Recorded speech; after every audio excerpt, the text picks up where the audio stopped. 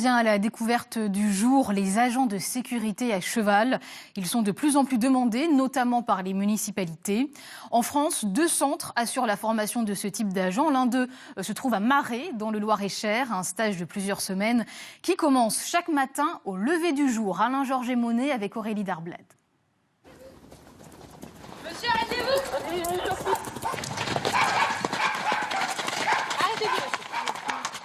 Ceci est un exercice d'interpellation. Il sera recommencé 100 fois et comme dans un film, commenté plan par plan. Ok, c'est bon, faut pas le mettre en pièces non plus.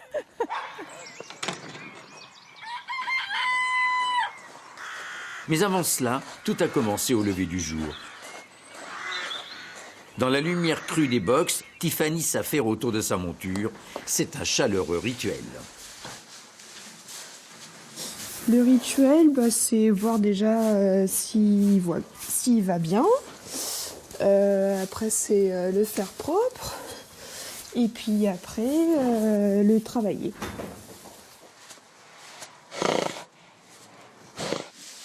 Ça s'est pas fait automatiquement. J'ai eu une longue période où je pouvais plus monter. Et j'ai réussi à reprendre cette passion. C'est une formation que j'ai découvert par le bouche à oreille, clairement, et aussi un petit peu après par les réseaux sociaux.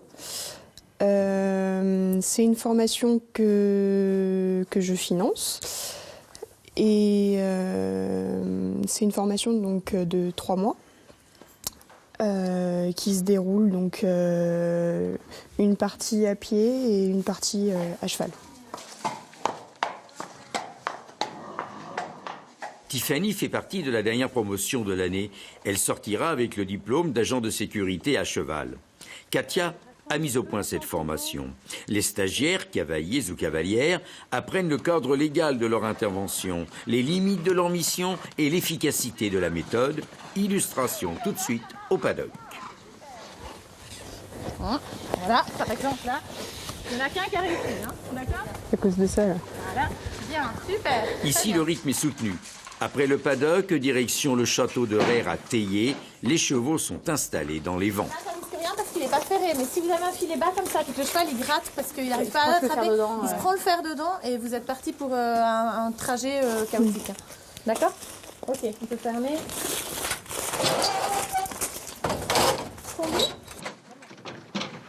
Quelques kilomètres plus loin, une rencontre insolite entre une page de l'histoire de France et la sécurité de la vie républicaine. Mais, pour le propriétaire des lieux, le comte d'Orléans, ce n'est pas vraiment une contradiction. La contradiction ne m'a jamais frappé. J'ai pu me mettre en contact avec le groupe Céleste Sécurité, puis avec les écuries d'Arcadie, avec Katia Crozet, et que nous avons lancé le projet d'un centre de formation de garde équestre avec à la clé la carte du ministère d'agent de sécurité privée. Commence alors l'étrange scénario d'une brigade intervenant dans la fuite d'un cambrioleur. Tu fonces dessus, tu fais pas de cas, hein, il se défend. Ah bah t'y vas, ouais, c'est clair. C'est le plus rapide qu'il intercepte de toute façon. Hein. À un moment donné, ce qu'on va exiger des élèves, c'est une progression constante. Donc au début, il y a beaucoup de théories à emmagasiner, il y a beaucoup de choses beaucoup de matières à apprendre. Mais ensuite, les choses se mettent dans l'ordre assez naturellement. Les chevaux se familiarisent aussi avec beaucoup plus d'aisance aux exercices demandés. Et je pense que le cursus de 3 mois qui est proposé est suffisant pour obtenir une réelle autonomie à cheval et pouvoir avoir les bons réflexes, les bons automatismes, voilà, ce qu'on exige d'un garde équestre.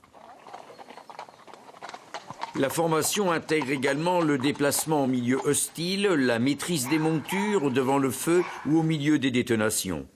Contraste étonnant dans une Sologne alanguie par l'hiver.